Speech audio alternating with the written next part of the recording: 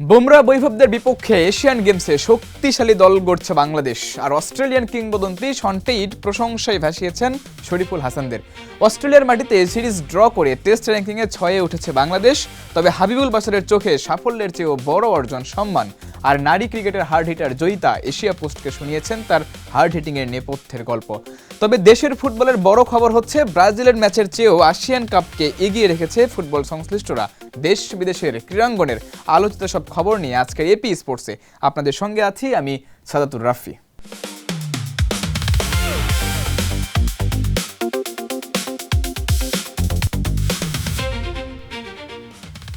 ভারতের বাংলাদেশ সফর বাতিল হয়ে গেলেও সেপ্টেম্বরে বাংলাদেশ ভারত মুখোমুখি হচ্ছে মহাদেশীয় অলিম্পিক খ্যাত এশিয়ান গেমসে।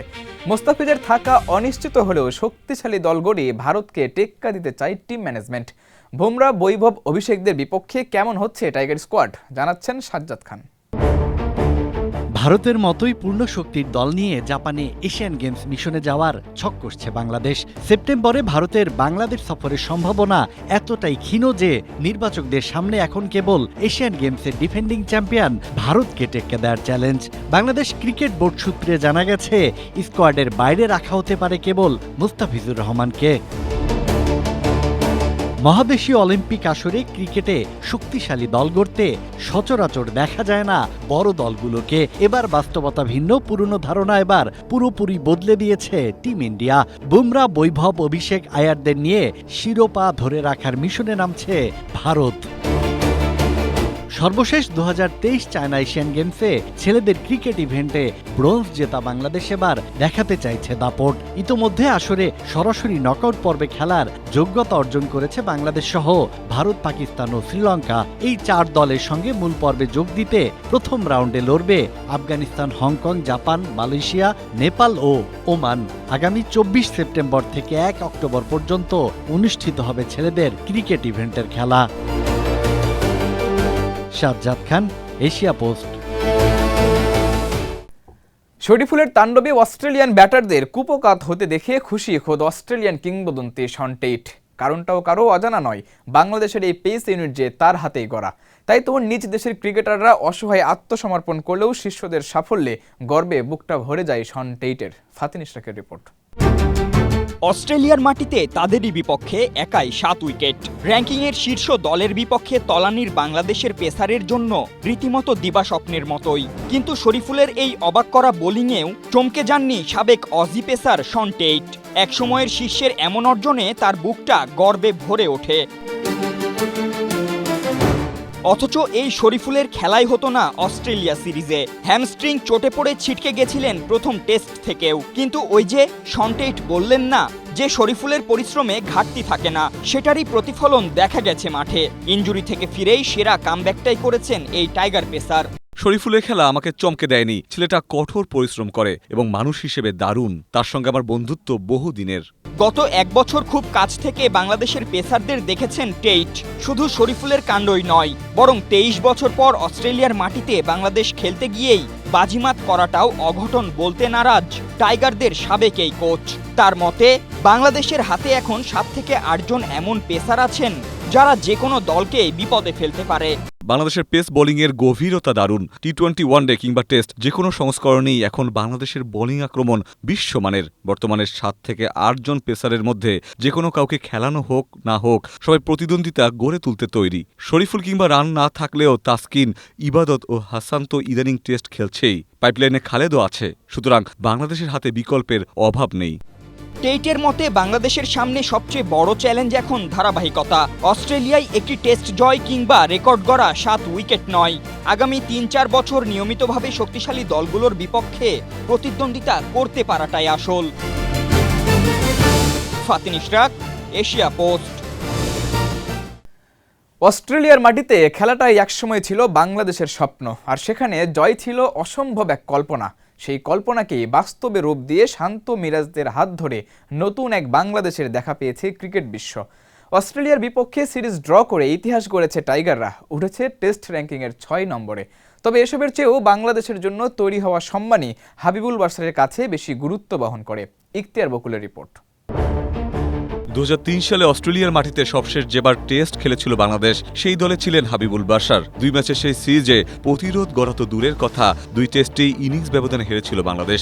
আর সেই হাবিবুল বাশারই আজ বাংলাদেশের প্রধান নির্বাচক হয়ে দেখছেন সম্পূর্ণ ভিন্ন এক বাস্তবতা। অস্ট্রেলিয়ার মাটিতে বাংলাদেশ শুধু লড়াই করেনি, 2 টেস্টের সিরিজ ড্র করে ফিরেছে। সঙ্গে প্রথমবারের মতো টেস্ট র্যাঙ্কিংয়ের 6 নম্বরে উঠে এসেছে দল। তবে এই র্যাঙ্কিংয়ের চেয়েও অস্ট্রেলিয়ার মাটিতে অর্জন করা সম্মানই বড় করে দেখছেন হাবিবুল বাশার। হাবিবুল বাশার যখন বাংলাদেশের অধিনায়ক ছিলেন তখন অস্ট্রেলিয়ার বিপক্ষে ম্যাচ জেতা তো দূরের কথা, ইনিংস ব্যবধানে না হারাটাই ছিল বড় চ্যালেঞ্জ। সেই হতাশার দিনগুলো খুব কাছ থেকে দেখেছেন তিনি। তাই হয়তো হাবিবুল বাশারের কাছে র্যাঙ্কিংয়ের অবস্থানই বড় অর্জন নয়, বরং অস্ট্রেলিয়ার মতো দলের বিপক্ষে লড়াই করে বিশ্ব মঞ্চে বাংলাদেশের জন্য তৈরি হওয়ার সম্মানটাই সবচেয়ে গুরুত্বপূর্ণ। তাই তো সিরিজ শেষে হাবিবুল বাশার বলেন, আমি বলবো না যে আমরা এখনই খুব ভালো টেস্ট দল হয়ে গিয়েছি, কিন্তু আমরা একটা বার্তা দিতে পেরেছি। শুধু অস্ট্রেলিয়ায় নয়, আমরা এখন নিয়মিত টেস্ট জিতছি। ট্রফি ও র্যাঙ্কিংয়ের চেয়ে বড় অর্জন বিশ্বমঞ্চের সম্মান। অস্ট্রেলিয়া যাওয়ার আগে বাংলাদেশের লক্ষ্য ছিল সম্মান নিয়ে দেশে ফেরা। সিরিজ ড্র করে সেই লক্ষ্য পূরণ হয়েছে বলেই মনে করেন হাবিবুল বাশার। তার কথাতেও উঠে এসেছে কতটা বড় এই অর্জন। অবশ্যই এটা অনেক বড় অর্জন, শুধু আমাদের জন্যই নয়, পুরো বিশ্বে যারা বাংলাদেশ ক্রিকেট অনুসরণ করে তারাও বাংলাদেশের এই অর্জনকে অনেক ওপরের দিকে দেখছে। আমরা আসার আগে বলেছিলাম যে দেশে সম্মান নিয়ে ফিরতে চাই। আমার মনে হয় সেটা নিয়েই আমরা দেশে ফিরতে পারছি। অস্ট্রেলিয়া যাওয়ার আগে বাংলাদেশের লক্ষ্য ছিল সম্মান নিয়ে দেশে ফেরা, আর সেই সম্মানের প্রতিফলন দেখা গেছে অস্ট্রেলিয়ানদের আচরণেও। হাবিবুল বাশার জানান, সাধারণ অস্ট্রেলিয়ান থেকে শুরু করে দেশটির ক্রিকেটাররাও এখন বাংলাদেশকে অন্য চোখে দেখছেন। তবে এই সম্মান ধরে রাখাটাই এখন বাংলাদেশের সামনে সবচেয়ে বড় চ্যালেঞ্জ। কারণ হাবিবুল বাশারও জানেন, বিশ্বমঞ্চে নিজেদের নতুন পরিচয় তৈরি করতে বাংলাদেশের এখনো বহু পথ বাকি। ইকতিয়ার বকুল, এশিয়া পোস্ট। একটা ছক্কার পেছনে শুধু ব্যাটারের শক্তি নয়, থাকে প্রতিপক্ষকে নিয়ে নিখুঁত পরিকল্পনাও। বিশ্বকাপে নেদারল্যান্ডসের বিপক্ষে জয়িতার সেই বিস্ফোরক ইনিংসের নেপথ্যে বড় ভূমিকা ছিল ভিডিও অ্যানালাইসিসের। নারী ক্রিকেটের অদৃশ্য এই গেম চেঞ্জারের ভূমিকা নিয়ে এশিয়া পোস্টের সঙ্গে কথা বলেছেন জুরাইরা জয়িতা। বিস্তারিত রিপোর্টে। টি-20 বিশ্বকাপে নেদারল্যান্ডসের বিপক্ষে জয়িতার দুর্দান্ত এমন ছক্কা গোটা বাংলাদেশ তো বটেই, তাক লাগিয়েছে গোটা বিশ্বকে। লাল সবুজের মেয়েরা তো বড় ছক্কা হাঁকাতে পারে না, তাহলে হঠাৎ জয়িতা কিভাবে রপ্ত করলেন এমন হার্ড হিটিং ব্যাটিং? আমার ন্যাচারালি আমি যখন থেকে ক্রিকেটে আসছি তখন থেকে আমার হার্ড হিটিংটাই আসে। এবং হকিতে যেহেতু আমি ডিফেন্ডার ছিলাম এবং সেখানে আমার আসলে সব কিছু পাওয়ারের কাজই ছিল, সো ওইটা ওইটার মাধ্যমে আমার হার্ড হিটিংটা আসছে। মায়ের স্বপ্ন পূরণে হকি থেকে ক্রিকেটে আসা জয়িতা হয়তো ন্যাচারাল হার্ড হিটার, কিন্তু চাইলেই তো আর সব বোলারকে ইচ্ছে মতো ছক্কা হাঁকানো যায় না। মাঠের একটি ছক্কার জন্য প্ল্যানিং করতে হয় ম্যাচের কয়েক ঘন্টা, এমনকি কয়েকদিন আগে থেকে। আর সেখানে সবচেয়ে ভাইটাল রোল প্লে করেন দলের ভিডিও অ্যানালিস্ট। জয়িতাও জানালেন ভিডিও অ্যানালাইসিস কতটা হেল্প করে তাকে।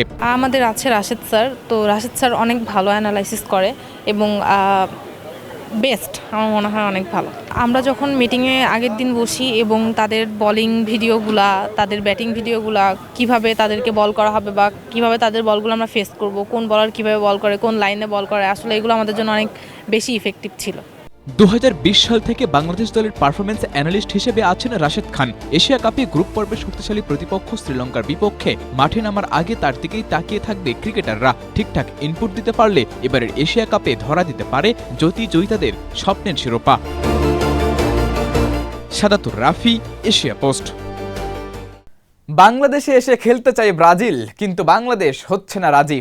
কঠিন হলেও এমনই সিদ্ধান্ত নেয়ার পক্ষে মত দিয়েছেন বাংলাদেশের সাবেক ফুটবলার থেকে অ্যানালিস্ট। কারণ হিসেবে তাদের বড় যুক্তি, ব্রাজিল ম্যাচের চাইতেও আসিয়ান কাপ বেশি গুরুত্বপূর্ণ। রাকিবুল হকের রিপোর্ট। বাংলাদেশের সামনে দারুণ দুটি সুযোগ, আসিয়ান কাপ ও ব্রাজিলের বিপক্ষে ম্যাচ। আসিয়ান কাপে খেলা ইতিমধ্যেই নিশ্চিত। ব্রাজিলের বিপক্ষে ম্যাচটি নিয়ে আছে নানা দুটানা। ফুটবল বিশ্লেষক থেকে শুরু করে সাবেক ফুটবলার সবার মতামত একটাই, আসিয়ান কাপে মূল ফোকাস থাকুক বাংলাদেশ দলের। ব্রাজিল ম্যাচ খেলা গেলে সেটি হবে অতিরিক্ত পাওয়া। জাতীয় দলের সাবেক অধিনায়ক জাহিদ হাসান এমিলের স্পষ্ট বার্তা, ব্রাজিল ম্যাচ নয়, আসিয়ান কাপই হোক হামজা জামালদের মূল টার্গেট। আমার মনে হয় যে আসিয়ান কাপে খেলাটাই বাংলাদেশ ফুটবল দলের জন্য এখন মেইন ফোকাস হওয়া উচিত। বিকজ আসিয়ান কাপে কিন্তু আপনি চাইলেই খেলার সুযোগ পাবেন না। যে সুযোগটা আপনি পেয়েছেন এটা আমি বলবো যে বিশাল একটা ব্যাপার। সুতরাং এই আসিয়ান কাপে যে 3টা ইম্পর্টেন্ট ম্যাচ আছে ইন্দোনেশিয়া, মালয়েশিয়া এবং সিঙ্গাপুরের সাথে, এই ম্যাচগুলিকে আমাদের এখন ফোকাস করা উচিত। মার্কেটিং পয়েন্ট থেকে বাংলাদেশ ব্রাজিল ম্যাচ ভালো হলেও এখনই সেই ম্যাচ খেলার পক্ষে নন ফুটবল অ্যানালিস্ট আহমেদ শায়েক। বাংলাদেশের ফুটবলে আসলে এখন যে অবস্থা বিরাজ করছে ফাইন্যান্সিয়ালি, সেই অনুযায়ী আমার মনে হয় না যে ব্রাজিলের ম্যাচটা খুব একটা বেশি viable. It's a good opportunity but not for the right time. যেহেতু বাংলাদেশ এখন ফিফা এশিয়ান কাপে খেলার একটা সুযোগ পেয়েছে, আই থিঙ্ক এটাকে একটু বেশি কনসেন্ট্রেট করা উচিত। এশিয়ান কাপে বাংলাদেশের অংশগ্রহণ কেবলই অংশগ্রহণের জন্য হোক, এমনটা চান না জাতীয় দলের সাবেক ফুটবলার এনামুল শরীফ। হামজাদের থেকে অবিশ্বাস্য পারফরমেন্সের প্রত্যাশা তার। সব মিলিয়ে পারফরমেন্স করতে হবে সব দিক দিয়ে। টুর্নামেন্ট খেলে তো হবে না, ওখানে রেজাল্টও দিতে হবে। সাবেক ফুটবলারদের মতো সমর্থকরাও আবেগ নয়, বাস্তবতা মেনে এশিয়ান কাপকে দিচ্ছেন প্রাধান্য। ইতিহাস গড়ার দ্বার প্রান্তে বাংলাদেশ, সাফের আগে এশিয়ান কাপই বাংলার ফুটবলের শক্তিমত্তা দেখানোর সেরা সুযোগ। রাকিবুল হক, এশিয়া পোস্ট। এই ছিল আজকের এপি স্পোর্টসের গুরুত্বপূর্ণ সব খবর। ক্রিকেট কিংবা ফুটবল, খেলার মাঠের প্রতিটি ঘটনা ভিন্নভাবে দেখতে প্রতিদিন রাত 10টায় চোখ রাখুন এপি স্পোর্টসে।